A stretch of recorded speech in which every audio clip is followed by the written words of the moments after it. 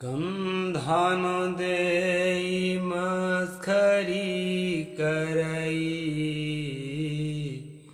कहु धौ कौन भाति निस्तरई। नमस्कार दोस्तों, मैं अविनाश दास रेशनल कबीर यूट्यूब चैनल में आप सबका हार्दिक स्वागत करता हूं। साथियों, यदि चैनल को सब्सक्राइब नहीं किए हैं तो सब्सक्राइब जरूर करें, शेयर करके अपने सभी साथियों तक सभी ग्रुपों में पहुंचाएं, बेल आइकन को प्रेस करें, ऑल नोटिफिकेशन ऑन रखें ताकि हर नया अपडेट आप तक पहुंच सके। लाइक और कमेंट जरूर लिखें दोस्तों। जैसा कि आप जानते हैं, मनुस्मृति पर अभी लगातार स्ट्रीम किया जा रहा है। बीच में 1-2 दिन गैप भी हो जाता है कार्य व्यस्तता के कारण, लेकिन उसको बंद नहीं किया जाता। दोस्तों, मैंने सतगुरु कबीर साहब की एक चौपाई आपके सामने रखी है, उसका संक्षेप में अर्थ करता हूँ, फिर आज के प्रसंग पर आगे की ओर चलते हैं। सतगुरु ने कहा, कंधन देई मस्खरी करे, कहु धौ कौन भांति निस्तरई। सतगुरु कबीर साहिब का मार्ग संयम का मार्ग है, साधना का मार्ग है, आत्म संतुष्टि का मार्ग है, और जो है दोस्तों त्याग और ब्रह्मचर्य का मार्ग है। तथागत भगवान बुद्ध ने भी इन बातों का प्राचीन काल में जिक्र किया था। स्वामी महावीर ने भी इन बातों का प्राचीन काल में जिक्र किया था। भारत में सम्यक संस्कृति, श्रमण संस्कृति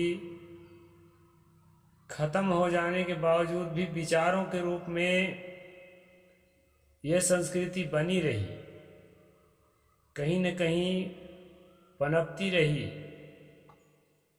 और उसी के परिणाम में ये संत कबीर की आइडियोलॉजी उभर कर समाज के सामने आई है। इसलिए दोस्तों, इसमें त्याग का, आत्म संयम का प्राधान्य है। मनुष्य के अंदर जब त्याग होता है, आत्म संयम होता है, जब ब्रह्मचर्य का भाव होता है, उसमें नैतिकता ज़्यादा पनपते हैं। फूहरपना में जो है नैतिकता कम पनपते हैं। तो मनु की जो संस्कृति है वो ब्राह्मण संस्कृति है, वो श्रमण संस्कृति नहीं है। समन संस्कृति और वमन संस्कृति के नाम से प्राचीन काल में जाना जाता था दोस्तों। आज भी वमन का मतलब होता है उल्टी करना, और समन का मतलब है अपने मन को शांत करना या बीमारी को शांत करना। तो जो उल्टी परंपरा थी वही समन वमन संस्कृति थी। वमन संस्कृति ही आगे चल करके ब्राह्मण संस्कृति के नाम से विख्यात हुई, जो बाद में हिंदू धर्म का नाम दिया गया। तो साथियों, सतगुरु कबीर साहब की जो संस्कृति है वो समन संस्कृति है, शांति की संस्कृति है, प्रेम की संस्कृति है, सद्भाव की संस्कृति है, दिल से दिल जुड़े, एक दूसरे का हित हो सके, ऐसा काम कर सकें, ऐसी सोच सकें, ये संस्कृति है। उखाड़ फेंकने वाली संस्कृति नहीं है कि तुम्हें मैं उखाड़ फेंकने के प्रयास में लग जाऊं, मुझे तुम उखाड़ फेंकने के प्रयास में लग जाओ। साथ साथ अपनी सुरक्षा का ख्याल रखने की बात, ये मध्यम मार्ग है, ये भी इसमें आती है। तो कंधन देई मस्खरी करई, अपने चरित्र की सुरक्षा के लिए किसी के भी बहू बेटी को कंधे पर हाथ रखना, उसके साथ मस्खरी करना, इससे नैतिकता का निस्तार कैसे होगा? मानवीय मूल्यों का संरक्षण कैसे होगा? हमें जो है एक शालीन और सुसभ्य मनुष्य होकर के व्यवहार करना होगा, तब जाकर के नैतिकता का निर्वहन होगा। ऐसा सतगुरु कबीर साहब का मार्ग है आज भी। तो दोस्तों, कल हम लोगों ने पिछले स्ट्रीम में मनुस्मृति का ये देखा था कि जो कोई पुरुष पर स्त्री का स्पर्श करने योग्य अंग को स्पर्श करे अथवा उसके अपने अंग स्पर्श करने पर कुछ ना बोले, यह सब परस्पर अनुमोदन होने से संग्रहण है। संग्रहण जो है अश्लील हरकतों को मनु ने संग्रहण कहा है। यहाँ पैसा इकट्ठा करने का संग्रहण नाम है, ऐसा नहीं है। फिर आगे दोस्तों, उन्होंने कहा था कि शूद्र के स्त्री को अगर छूते हैं या उसके साथ अश्लील हरकत करते हैं कोई बड़ी जाति के द्वारा, तो उसको अपराध की श्रेणी में नहीं रखा है। वहीं पर अगर कोई शूद्र बड़ी जाति के ब्राह्मणों के स्त्रियों के साथ इस प्रकार कोई हरकत करता है तो दंडनीय है, मृत्यु दंड देने योग्य है। इस प्रकार के नियमों को कल हम पढ़े थे पिछले स्ट्रीम। उसी प्रसंग को आगे बढ़ाते हैं दोस्तों। मनु जी आगे और क्या कहते हैं?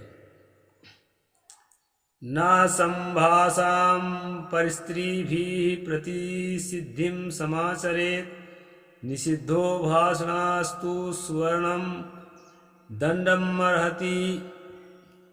ये मनुस्मृति अध्याय 8 का श्लोक नंबर 361 है। गृहस्थ जिस पुरुष को मना कर दिया हो वह उस गृहस्थ की पत्नी से बात न करे। मना किया हुआ पुरुष यदि भाषण करे तो वह 16 मासा सुवर्ण का दंड पाने योग्य है। एक बार मना कर दिया गया है कि भाई मेरी पत्नी से बात मत करो, इसके बाद भी अगर उसकी पत्नी से बात करता है तो उस बात करने वाले को 16 मासा, एक मासा जो है 933 ग्राम के आसपास होता है, उतना 16 मासा सोना की उसको जो है दंड देना पड़ेगा। ऐसा यहाँ मनु कह रहे हैं। फिर आगे क्या कहते हैं दोस्तों? नैश्चारणदारेषु विधिनात्मात्मोपजीविषु सज्जयन्ति हि ते नारीन् गूढ़ाश्चार्यन्ति च। 362 नंबर अध्याय 8 मनुस्मृति। यह विधि नटों की स्त्रियों के लिए नहीं है, भार्या से यानी अपनी पत्नी से आजीविका चलाने वालों के लिए भी नहीं है, क्योंकि वे अपनी स्त्रियों को स्वयं ही पर पुरुषों से संबंध कराते हैं और स्वयं छिपे रहकर उनसे व्यभिचार कराते हैं।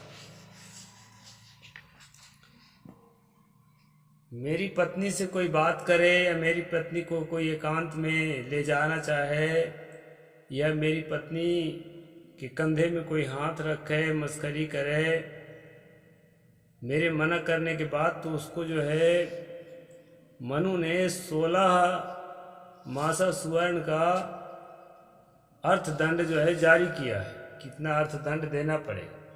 लेकिन ये जो अर्थदंड की जो कानून है ये किस पर लागू नहीं होगा? ये नाचने गाने वाले जो गंधर्व जाति के लोग हैं, गरीब लोग उस समय नाचते गाते थे। आजकल तो फिल्म इंडस्ट्री में बड़े बड़े अरब खरबपति लोग हैं दोस्तों, सबसे बड़ा मायना रखता है इकोनॉमी। अरब खरबपति लोग जो हैं जैसे भी होंगे अपनी सुरक्षा के लिए वो सक्षम होते हैं। लेकिन ये मनु के ज़माने के एक्ट्रेस की बात नहीं की जा रही है। उस समय जो एक्ट्रेस होते थे, नाचने वाले होते थे, मनोरंजन प्रदान करने वाले होते हैं, ज़्यादातर गरीब जातियों के होते थे, संपन्न लोग नहीं होते थे। उनके लिए कहा है तो उनकी इज्जत मर्यादा, वो धंधा ही वैसी है, उसके लिए क्या सुरक्षा करोगे। उनके पुरुष ही जो है किनारे छुपे रह करके अपने स्त्रियों से दूसरे को व्यभिचार कराने के लिए, पैसों के लिए सब काम करते हैं।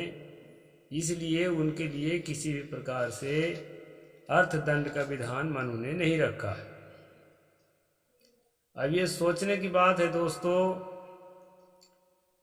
मैं तो बार बार सोचता हूँ मनु की जो क्रियाकलाप है, मनु के जो कानूनों के जो आर्टिकल्स हैं, उसमें इक्विलिटी नहीं है, अलग अलग पर्सनल लॉ है। यानी कि जो गरीब हैं, जो अपनी सुरक्षा नहीं कर पाते हैं, उसकी सुरक्षा सरकार भी ना करे इस कानून के तहत। और जो है जो अपनी सुरक्षा कर पाने में सक्षम है, जो घूस देने में सक्षम है, पुलिस बुलाने में सक्षम है, वकील को और जज को खुश करने में सक्षम है, उनके लिए जो है उनकी सुरक्षा के लिए मनुस्मृति के कानून जो है उनका सपोर्ट करता है। तो इसलिए ये कानून मेरे समझ से जो है उपयुक्त नहीं है, और इससे जो है वेश्यावृत्ति को बढ़ावा मिलता है। बड़े घरों के लोग गरीब घरों के बहुओं को, बेटियों को चाहे जितना शोषण करना चाहे कर सकते हैं, और इस कानून के तहत बच सकते हैं। और वही जो है छोटे आदमी के लिए तो मैं कल ही बता दिया था कि शूद्र दुजाति की स्त्री के साथ संग्रहण करे, मतलब एकांत में बात करे, तो वह प्राणदंड का अधिकारी है। तो इस प्रकार से दोस्तों यहाँ पर इस विषय में भी मनु का जो कानून है वो इन इक्वलिटी पर आधारित है, असमानता पर आधारित है, और इससे जो है वेश्यावृत्ति को, कॉल गर्ल जिसको आप कहते हैं, सेक्स वर्कर स्त्रियों को बढ़ावा मिलता है। और जो है गरीब जो नट जाति के हैं, या इस प्रकार के जो नाचने गाने वाली छोटी जातियाँ जो होती हैं, उनको जो है जब थोप दिया जाता है कि तुम्हारी जाति ही इस काम करने के लिए है, तो उनमें से कोई स्त्री अगर चाहे भी कि मेरा शोषण ना हो तो नहीं बच सकती, क्योंकि कानून भी उसका रखवाला नहीं है। तो ये जो नियम बहुत भयंकर है दोस्तों, 362 नंबर श्लोक में है, 8वां अध्याय मनुस्मृति। इसको आप लोग जरूर देखना एक नज़र। और किसी भी तरह से मानवता के अनुरूप ये कानून नहीं हो सकता। मुझे तो नहीं लगता कि इससे जो है मानवीय मूल्यों की रक्षा हो सकती है। यह जो है मानवीय मूल्यों के खिलाफ है। इसीलिए साथियों, अभी मणिपुर के घटना में झुंड के झुंड बड़ी जाति के लोगों ने झुंड के झुंड सामूहिक बलात्कार किया, और जो है नंगा घुमाए महिलाओं को। ये सब कुछ होते हुए भी जो मनु के समर्थक लोग हैं, शासक वर्ग के लोग, मूक दर्शक बन के देखते रहे, उसके खिलाफ कुछ भी कदम नहीं उठाए। बहुत ज़्यादा जोर लगाने पर जब पब्लिक सोशल मीडिया पर हाय तौबा करने लगी, तब जा कर के थोड़ा सा एक्शन लिए। तो इस प्रकार से दोस्तों, आज भी मनु का कानून जो है कहीं न कहीं दिमागी तौर पर लागू ही है। इसलिए इन बातों को हमें समझना चाहिए, और जो है ऐसे कानून, ऐसे नियम को दिलो दिमाग से निकालना चाहिए, ताकि गरीब से गरीब जाति, पिछड़ी से पिछड़ी जाति, या गरीब से गरीब व्यक्ति जो चाहे किसी भी जाति का हो, उसकी सुरक्षा हो सके, उसकी इज्जत आबरू को हम एक भारतीय नागरिक होने के नाते अपने ही घर के इज्जत आबरू के समान महत्व दे सकें। ऐसा ही सतगुरु कबीर साहब का मार्ग है, ऐसा ही तथागत भगवान बुद्ध का मार्ग है, स्वामी महावीर का मार्ग है, ऐसा ही गुरु नानक देव का मार्ग है दोस्तों। तो इसका आज मैं यहीं तक वर्णन करूंगा। साहिब बंदगी जय जोहार, जय भीम, जय भारत।